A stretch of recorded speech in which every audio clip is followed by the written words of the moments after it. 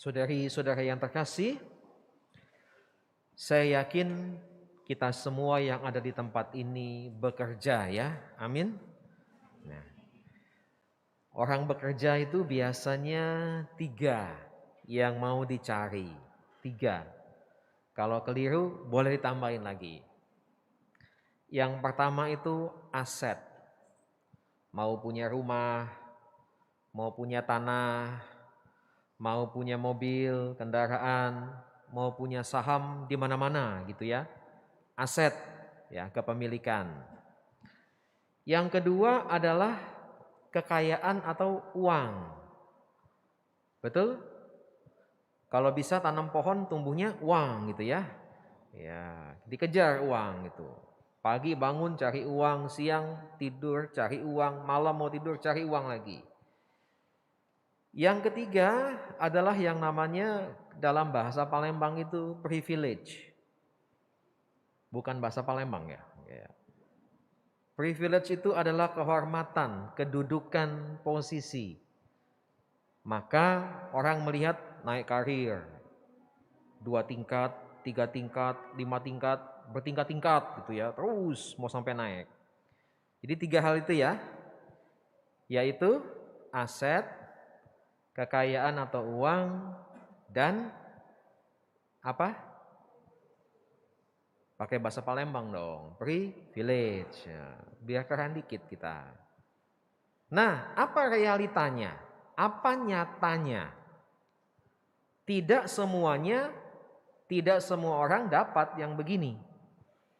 Ada yang dapat banyak, ada yang dapat sedang-sedang, ada yang dapat dikit, ada yang dapat dikit sekali. Itu kenyataan di dalam masyarakat kita. Maka ada yang namanya ketimpangan antara di dalam anggota masyarakat kita. Itu sangat jelas sekali. Oke, sudah menangkap ya? Ada 3 hal, ada ketimpangan lalu. Ketika ada ketimpangan, ada ketidakadilan. Ketidakadilannya di mana? Orang ada yang berusaha setengah mati, banting tulang, tetapi dia dapatnya sedikit. Kadang-kadang ngeluh, Tuhan ini gak adil. Saya kerja setengah mati, dapatnya sedikit. Ada yang katakanlah dari keluarganya sudah begitu diwarisi 3 hal ini, sehingga tinggal melanjutkan saja. Menjadi enak. Seperti hidupnya nyaman. Bacaan pertama hari ini memberikan peringatan kepada kita. Kalau kebetulan kita itu ada di posisi yang punya banyak, ketika kita melihat mereka yang punya sedikit, kita tidak boleh memperalat mereka. Kalaupun kita mau memberikan bantuan kepada mereka, tidak boleh sampai merendahkan martabat mereka. Itu Amos bilang.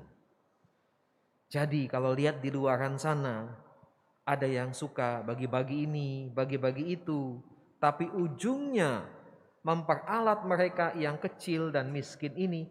Amos sudah memperingatkan itu kepada kita. Jangan lakukan, karena ini bukan soal barang, tapi kamu merendahkan martabat orang yang di dalam masyarakat sudah tertindas. Itu peringatan Nabi Amos. Lalu hal lain yang bisa kita ambil inspirasi dari bacaan Injil adalah kira-kira begini. Pernah dengar istilah begini? Dia berduit jadi beda sekali sekarang.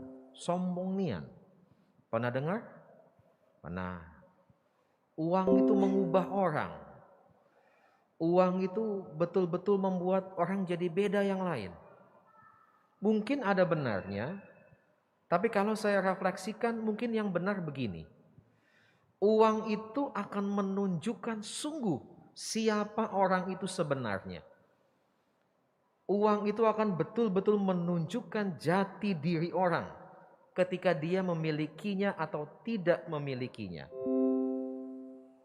Ketika dia punya banyak, kalau dasarnya orang itu tidak baik, dia akan gunakan itu untuk sesuatu yang tidak baik.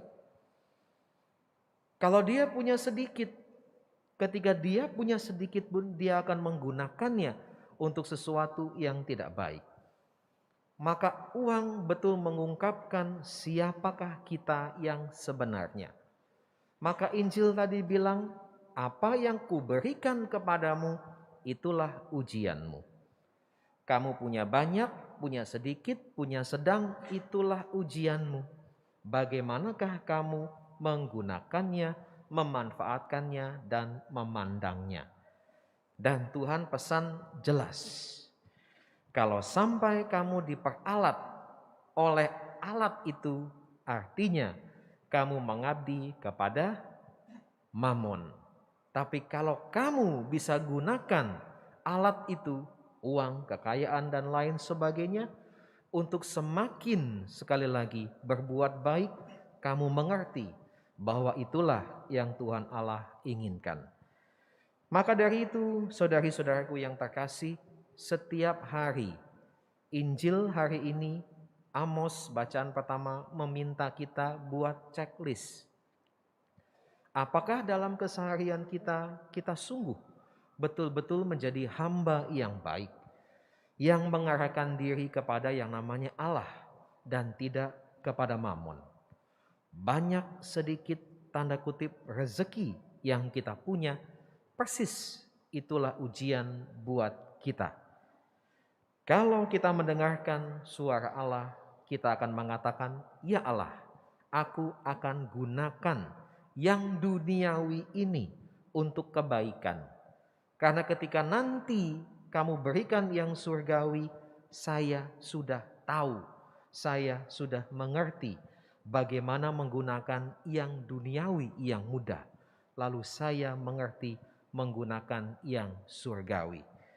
Maka semoga permenungan Injil ini memperteguh kita sekaligus menguatkan kita untuk selalu sadar. Setiap detik, setiap yang kita punyai adalah ujian dari Tuhan sendiri. Tuhan memberkati kita semua. Amin.